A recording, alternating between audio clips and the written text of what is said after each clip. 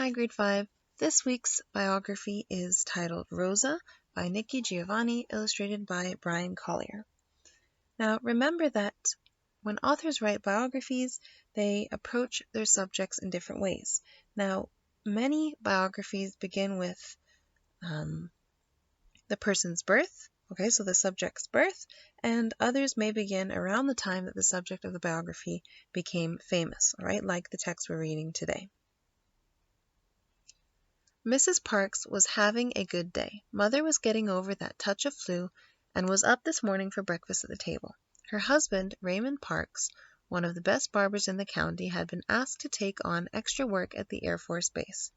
And the first day of December was always special because you could just feel Christmas in the air. Everybody knew the alterations department would soon be very, very busy.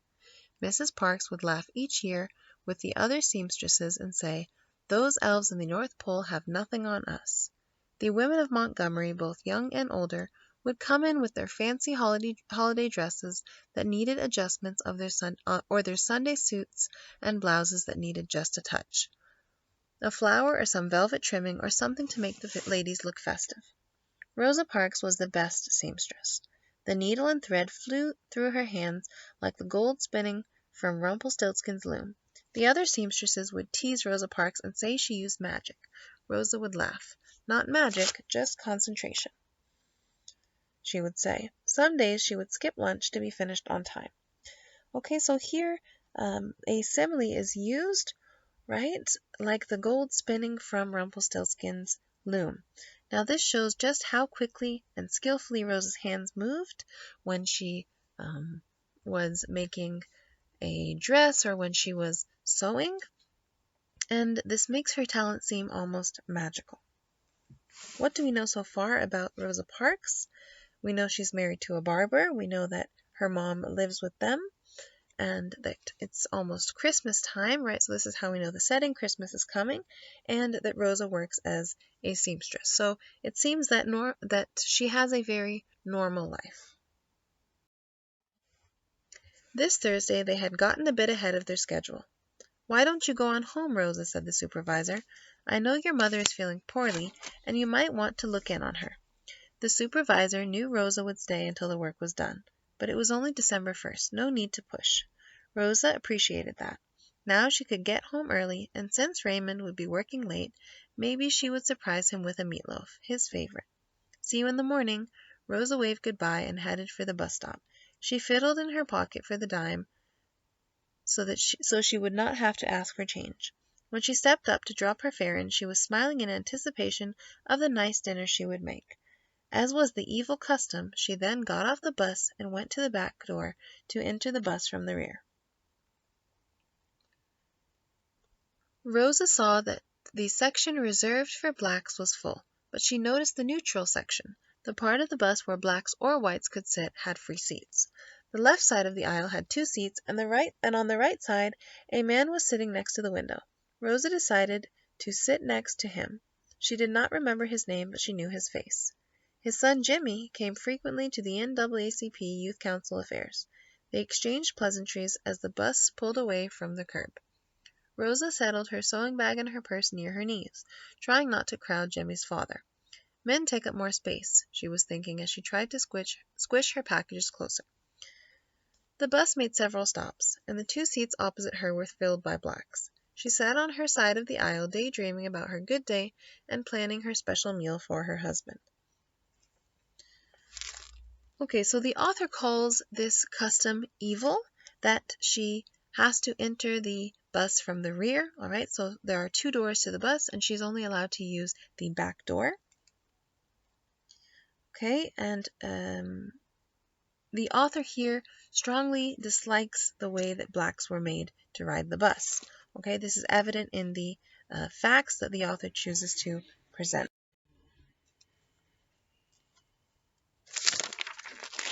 "I said, give me those seats," the bus driver bellowed. Mrs. Parks looked up in surprise. The 2 men on the opposite side of the aisle were rising to move into the crowded black section. Jimmy's father muttered, more to himself than anyone else, "I don't feel like trouble today. I'm going to move." Mrs. Parks stood to let him out. looked at James Blake, the bus driver, and then sat back down. "You better make it easy on yourself," Blake yelled. "Why do you pick on us?" Mrs. Parks asked with that quiet strength of hers. "I'm going to call the police," Blake threatened. "Do what you must," Mrs. Parks quietly replied. She was not frightened. She was not going to give in to that which was wrong. So here Rosa is described as having a quiet strength, right? She wasn't frightened and she wouldn't give in to that which was wrong.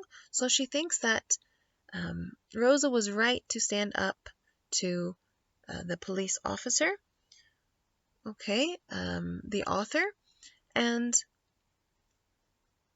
she thinks it is wrong, right? She thinks she was right to refuse to give up her seat. Of course, this made the bus driver very angry. Some of the white people were saying aloud she ought to be arrested and take her off this bus. Some of the black people, recognizing the potential for ugliness, got off the bus. That is the neutral section. She has a right to be there. Mrs. Parks sat. As Mrs. Parks sat, waiting for the police to come, she thought of all the brave men and women, boys and girls who stood tall for civil rights. She recited in her mind the 1954 Brown v. Board of Education decision, in which the United States Supreme Court ruled that separate is inherently unequal. She sighed as she realized she was tired.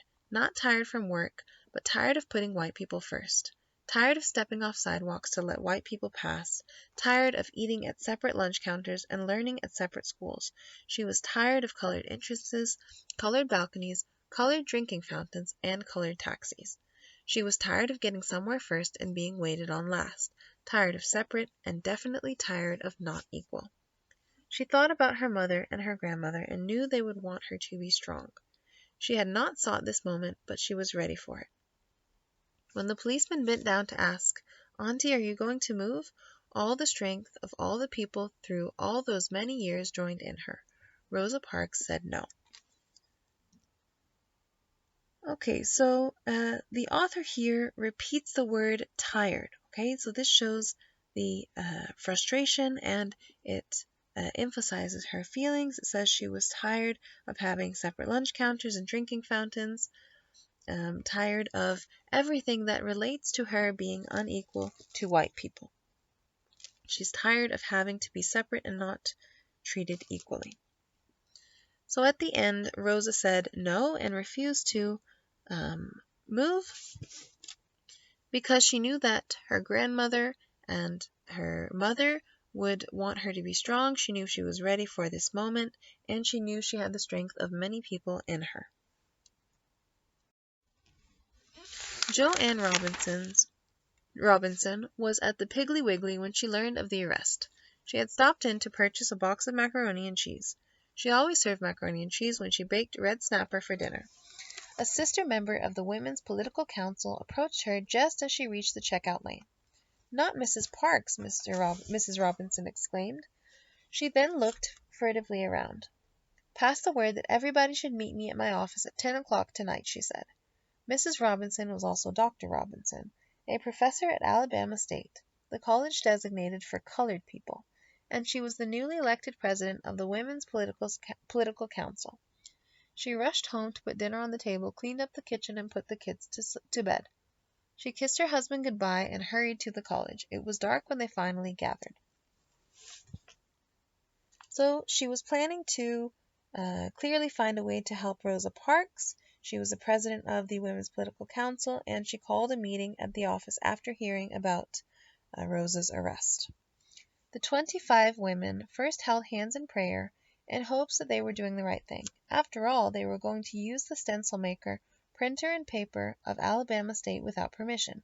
If they were caught at the college, they could all be arrested for trespassing. But they were working to undermine a vicious law. They decided they would stand under the umbrella of courage Rosa Parks had offered, keeping off the reins of fear and self-disgust. The women quickly formed groups to carry out each task. Making the stencils was the most difficult because the machine keys had to be struck very hard so that the letters would be clearly readable. If a mistake was made, the whole page had to be thrown out. It took a lot of concentration. The posters read, "No riders today. Support Mrs. Parks. Stay off the buses. Walk on Monday." The women made enough posters for almost every citizen of color in Montgomery. The next morning, as people read the posters, they remembered the joy they felt when the Supreme Court declared that separate was not equal. They were sure that once the highest court in the land had spoken, they would not be treated so badly, but that was not the case. Soon after the ruling, Emmett Till, a 14-year-old boy in Money, Mississippi, was viciously lynched. At his funeral, more than 100,000 people mourned with his mother. She left his casket open, saying, "I want the world to see what they did to my boy." Now, only weeks after his killers were freed, Rosa Parks had taken a courageous stand. The people were ready to stand with her. They came together in a great mass meeting, the Women's Political Council, the NAACP, and all the churches. They needed someone to speak for them, to give voice to the injustice. Everyone agreed that the Reverend Martin Luther King Jr. would be ideal. "We will stay off the buses," Dr. King intoned.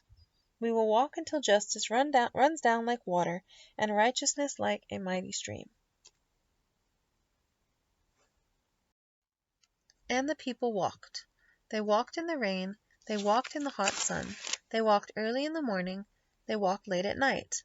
They walked at Christmas, they walked at Easter, they walked on the 4th of July, they walked on Labor Day, they walked on Thanksgiving, and then it was almost Christmas again. They still walked.